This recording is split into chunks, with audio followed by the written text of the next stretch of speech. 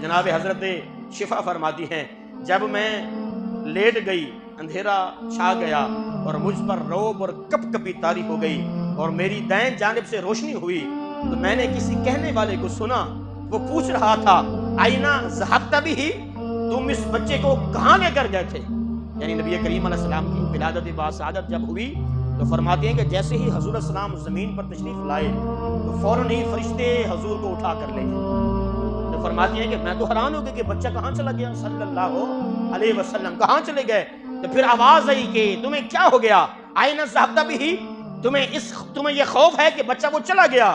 جواب ملا میں انہیں لے کر مغرب کی طرف گیا تھا۔ پھر وہ فرشتہ کہتا ہے کہ میں نے اس بچے کو اٹھایا اور مغرب کی طرف لے گیا، پھر وہی اندھیرا، وہی رعب، وہی لرز مجھے لوٹ آیا، پھر بائیں جانب سے روشنی ہوئی، میں نے سنا کوئی پوچھ رہا تھا تم اسے کدھر لے کر گئے تھے؟ پھر دوسرے نے جواب دیا میں انہیں مشرق کی طرف لے کر گیا تھا۔ سب سے پہلے مغرب کو نوازا، جب حضور کی ولادت باسعادت ہوئی سب سے پہلے ساری مغرب کی طرف لے گئے، پھر مشرق کی طرف لے گئے۔ تو پھر فرماتے ہیں یہ بات میرے دل میں کھٹک رہی تھی کہ آخر یہ ہو کیا رہا ہے کہ اللہ تعالیٰ نے اپنے پیارے رسول کو مبعوث فرمایا ہے اور میں ان لوگوں میں سے تھی جو سب سے پہلے حضور پر ایمان لائے تھے۔ حضرت شفا فرماتی ہیں کہ میں تو اس وقت ایمان لے کر آئی تھی جب حضور پہلی مرتبہ اپنی ماں کے بطن مبارک سے پہلے باہر آئے تھے۔ میں نے تو اس وقت ہی پہچان لیا تھا کہ یہ کوئی بچہ عام بچہ نہیں ہے جس کو فرشتے اٹھا کر مغرب کی طرف لے جا رہے ہیں، کبھی مشرق کی طرف لے جا رہے ہیں۔ پھر حضرت آمنہ سلام اللہ علیہا آپ فرماتی ہیں جب آپ کی ولادت ہوئی آپ زمین پر گھٹنے کے بل بیٹھے۔ اللہ اکبر، نبی کریم علیہ السلام کی ولادت باسعادت ہوئی، آپ زمین پر گھٹنے کے بل بیٹھے تھے اور آسمان کی طرف دیکھ رہے تھے۔ آپ کی ناف مبارک پہلے سے کٹی ہوئی تھی اور وہب بن زمہ فرماتے ہیں کہ ان کی پھوپھی کہتی ہیں کہ جناب حضرت آمنہ کے ہاں نبی کریم علیہ السلام کی جب ولادت باسعادت ہوتی ہے، حضور کی ولادت ہوتی ہے، حضور زمین کو جب اپنے انوار سے اپنی تجلیات سے نوازتے ہیں تو آپ نے حضرت عبد المطلب کو اطلاع دینے کے لیے آدمی بھیجا۔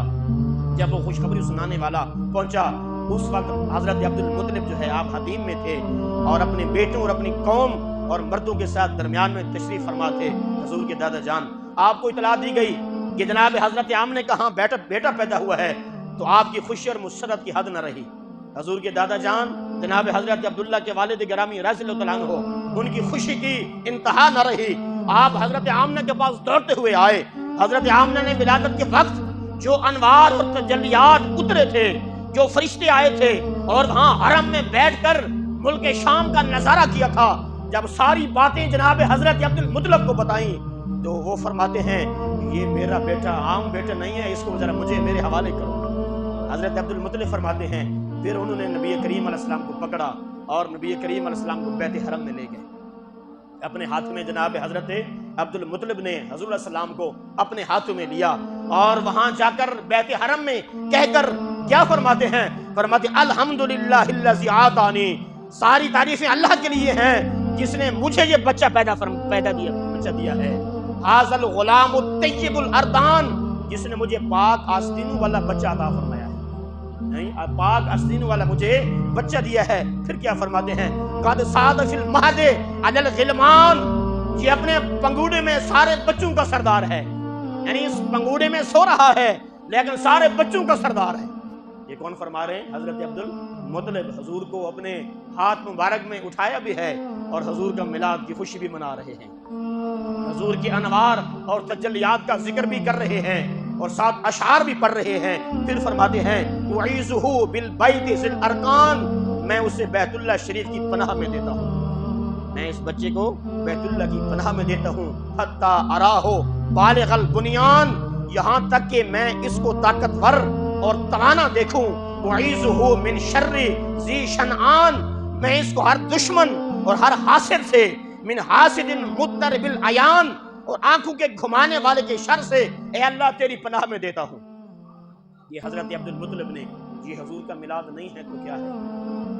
ابھی حضرت ابو طالب نے جو حضور کی خدمت کی اور انہوں نے جو اشعار پڑھے اور انہوں نے جو حضور السلام کی تعریفیں بیان فرمائی وہ ابھی اور باقی ہیں۔ یہ حضور کے دادا جان ہیں جن کی پشت میں نبی کریم علیہ السلام کا نور مبارک تھا، تو ان کا جلوہ ایسا ہوتا تھا کہ ان کے سامنے کوئی کھڑے ہو کر بات نہیں کرتا تھا۔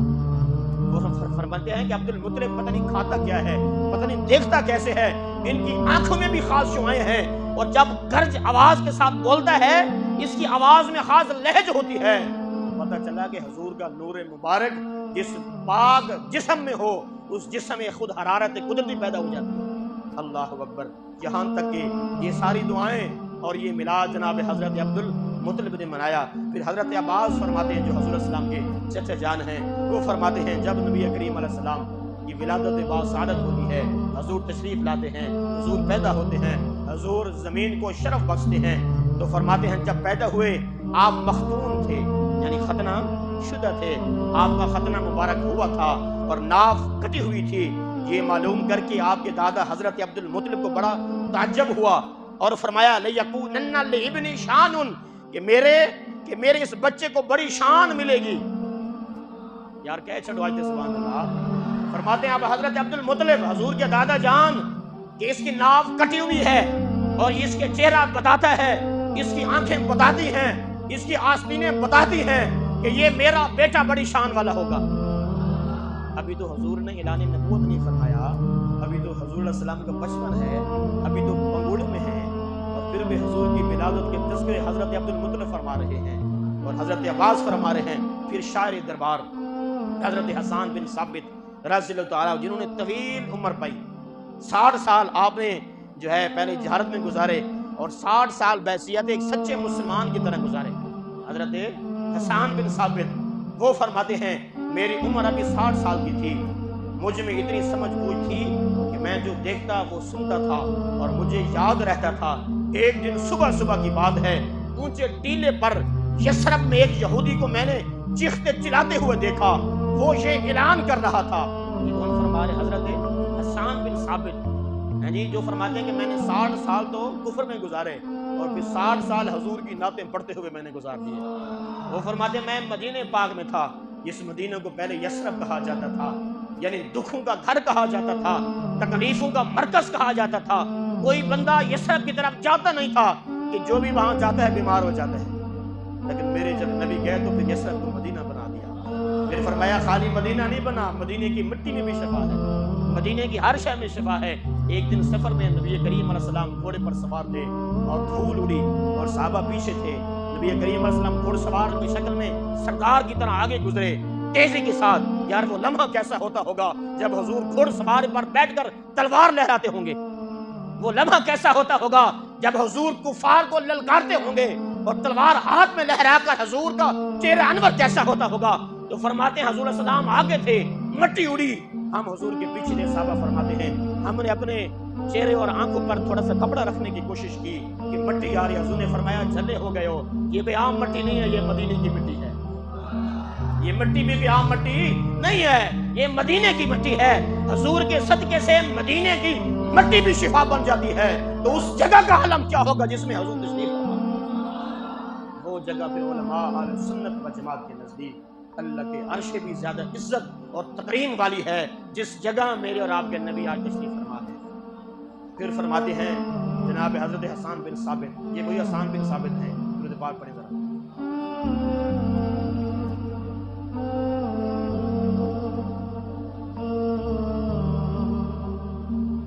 آپ کے محلے میں محفل ہوئی اور اس محفل میں اللہ پر ایک رات خان سے کلام پڑھ رہے تھے، میں تھا کیا مجھے کیا بنا۔ اچھا جب بندہ اس طرح کا کلام پڑھ رہا ہو اور بندے کے منہ پر داڑھی بھی پوری نہ ہو، اس کے چہرے کا نور بھی بتاتا ہو کہ شاید نمازیں بھی پڑھتا ہے کہ نہیں پڑھتا، اور اس کے چہرے پر داڑھی بھی پوری نہ ہو، تو اسے بندہ پوچھے کہ تو کیا بن گیا ہے؟ میں تھا کیا مجھے کیا بنا دیا، مجھے عشق احمد عطا کیا۔ اچھا وہ پڑھ رہے لوگ پیسے دے رہے ہیں، کیا پڑھ رہے ہیں اور تو کرو پڑھ کیا رہے، میں تھا کیا مجھے کیا بنا دیا، ایسے سڑی جا رہے ہیں۔ وہ اللہ کے بندوں پیسے کہاں پھینکتے ہیں، پیسے کیسے رکھتے ہیں، کیسے پھینکتے ہیں۔ یہ درباری رسالت کے صحابی حضرت حسان بن ثابت، یہ جب انہوں نے جب آئے نا حضور السلام کی مدح سرا بیان کرنے کی کوشش کی، اور بھی بڑے صحابہ تھے، ان کو حضور السلام نے فرمایا کہ جاؤ پہلے ابو بکر کے پاس، جاؤ پہلے ابو بکر کے پاس، جاؤ پہلے علی کے پاس، ان سے میرے نسب اور میرے آلی خاندان کے بارے میں پڑھو اور ان سے پوچھو کہ میں کس خاندان سے ہوں، پھر جا کر میرا کلام نعت لکھنا اور پڑھنا۔ حسان بن ثابت جیسے صحابی کو حضور فرما رہے ہیں کہ اے عمر ان کو ذرا بتا میرے خاندان کے بارے میں، اے ابو بکر اسے بتا ذرا، میری نعت پڑھنا کوئی آسان بات نہیں ہے، میرے خاندان کے بارے میں پڑھ، میرا خاندان کتنا عالی شان خاندان ہے۔ اور ادھر ہر بندہ ایک ڈنگا قسم کے نعت خان بلا لیتے ہیں آپ، نہ کوئی مشورہ، نہ محفل کی کوئی مشاورت، نہ کوئی بتاتے ہیں۔ جس کے منہ پر داڑھی نہیں ہے وہ آپ ممبر پہ بیٹھ کر حضور کی نعت کیا چیز ہے؟ یہ کوئی نعت ہے؟ میں تو کیا، مجھے کیا بنا بھی، تو کیا بن گیا بتا ذرا، تو کون سے مدرسے میں پڑھا ہے، تمہیں کون سا قرآن کی آیتیں یاد ہے؟ یہ اعلیٰ حضرت کا ذرا کلام پڑھو نا جس کو اللہ نے، میری آواز وہ نہیں ہے، میں تو پڑھتا نہیں ہوں کلام جی، لیکن اللہ نے جس کو سوچ دیا ہے، جس کے لفظ میں گداز ہے، وہ پڑھے ذرا سب سے اولا والا ہمارا نبی، سب سے بالا والا ہمارا نبی۔ بھی کوئی نعت کو لفظ تو ہونا بھائی، پتہ چلے کہ حضور کی تعریف ہو رہی ہے۔ میں تھکا، مجھے کیا بنا، بھی تو کیا بن گیا؟ داڑھی تو نے چہرے پر سجائی نہیں، اور تو بنا کیا ہے؟ اور نبی کریم علیہ السلام نے ارشاد فرمایا تھا کہ من احیانی سنتی، من احیانی سنتی فقد احیانی، جس نے میری ایک سنت کو زندہ کیا اس نے مجھے زندہ کیا۔ من احیانی فقد رأی مع الجنہ، اور جس نے میری سنت کو زندہ کیا وہ جنت میں میرے ساتھ ہوگا۔ یہ ذرا ماہ ربیع النور شریف اور ماہ ربیع الاول کا تذکرہ ہو رہا ہے، جس نعت خاں حضرات کو آپ بلاتے ہیں ذرا پڑھیں اس کو، سمجھے کہ بھئی یہ ہے کون، کیونکہ یہ تو مذہبی معاملہ ہے نا ہمارا۔ ہم یہ کہ بھی مولوی ہمیں مخالف ہو جاتے نہیں، یہ ہمارا مذہبی سٹیج جو ہے نا، ہمارا سٹیج اور محفل میلاد، یہ ہمارا مذہبی معاملہ ہے۔ اس سے لوگ آ کر دیکھتے ہیں کہ ہاں بھی کیا ہو رہا ہے، میلاد ہو رہا ہے، اچھا جی کون پڑھ رہا ہے، اس نے کیا گفتگو کی ہے، تو اس لیے اس بدنامی سے ہمیں بچنا چاہیے۔ تو نبی کریم علیہ السلام نے فرمایا تھا، جناب حضرت حسان بن ثابت کلام کی ذرا وہ لہجہ دیکھیں، وہ حضرت حسان بن ثابت کیا فرماتے ہیں، ومن آسن منک لم تر قط عینی، ومن آسن منک لم تر قط عینی، واجمل منک لم تلد النساء، خلقت مبرعا من کل عیب کأنک قد خلقت کما تشاء۔ حضرت حسان بن ثابت فرماتے ہیں، یا رسول اللہ صلی اللہ تعالی علیہ وسلم، ومن احسن منک لم تر قط عینی، آپ جیسے سونے ہیں خدا کی قسم ہے اس جیسا میں نے سونا کو دیکھا نہیں ہے۔ واجمل منک لم تلد النساء، اور یا رسول اللہ آپ جیسے سونے ہیں اس طرح سونا خوبصورت کسی ماں نے پیدا نہیں کیا۔ تو پڑھو نا یہ کلام، کیوں نہیں پڑھتے؟ خلقت مبرعا من کل عیب، یا رسول اللہ صلی اللہ علیہ وسلم اللہ نے آپ کو ہر عیب سے جناب بری پیدا فرمایا، آپ کے اندر کوئی عیب نہیں ہے۔ خلقت مبرعا من کل عیب کأنک قد خلقت کما تشاء، آپ جیسے بننا چاہتے تھے اللہ نے ویسا آپ کو پیدا فرمایا، آپ جیسا بننا چاہتے تھے اللہ نے ویسے آپ کو پیدا فرمایا جی۔ تو اس طرح کے پھر جناب حضرت یہ فرماتے ہیں کہ وہ جس یہودی کو میں نے دیکھا، یہ حسان بن ثابت یہ فرماتے ہیں، وہ یہودی میرے پاس ہے، اس نے کہا یا معاشر یہود فاجتمعوا الیہ، اے گروہ یہود ادھر میرے پاس جمع ہو جاؤ۔ اور اس کا اعلان سن کر بھاگتے ہوئے سارے یہودی اس کے پاس جمع ہو گئے۔ اس سے پوچھا بتاؤ کیا بات ہے، ہمیں یہاں تم نے مدینے میں کیوں اکٹھا کر لیا ہے؟ حسان بن ثابت فرماتے ہیں میں مسلمان نہیں ہوا تھا، میں وہاں تھا۔ تو فرماتے ہیں وہ یہودی کیا کہتا ہے، یہودی کا عالم کیا کہتا ہے، سنیں ذرا۔ اس نے کہا طلع نجم احمد الذی ولد بہ فی ہذہ اللیلۃ الذی طلوعہ علامۃ علی ولادتہ صلی اللہ علیہ وآلہ وسلم فی تلک اللیلۃ فی بعض الکتب القدیمہ۔ وہ بزرگ یہودی عالم دین وہ ہے مدینہ پاک میں، وہ کہاں ہے؟ مدینے میں ہے، اور حضور کی ولادت مکہ پاک میں ہوتی ہے۔ وہ یہودی کیا کہتا ہے؟ حسان بن ثابت فرماتے ہیں میں نے سنا وہ کہہ رہا تھا کہ کعب بن احبار بھی فرماتے ہیں، اس نے کہا وہ ستارہ طلوع ہو گیا، طلع نجم احمد الذی، وہ ستارہ طلوع ہو گیا جس نے اس شب کو طلوع ہونا تھا۔ اور بعض کتب قدیمہ میں اس نے کہا یہی رات ہے وہ حضرت احمد کی تشریف آوری کی رات ہے۔ تو میں نے تو رات میں دیکھا کہ اللہ تعالی نے حضرت موسیٰ علیہ السلام کو نبی کریم علیہ السلام کی ولادت سے آگاہ کیا تھا، اور موسیٰ علیہ السلام نے اپنی قوم کو نشانی بتا دی تھی۔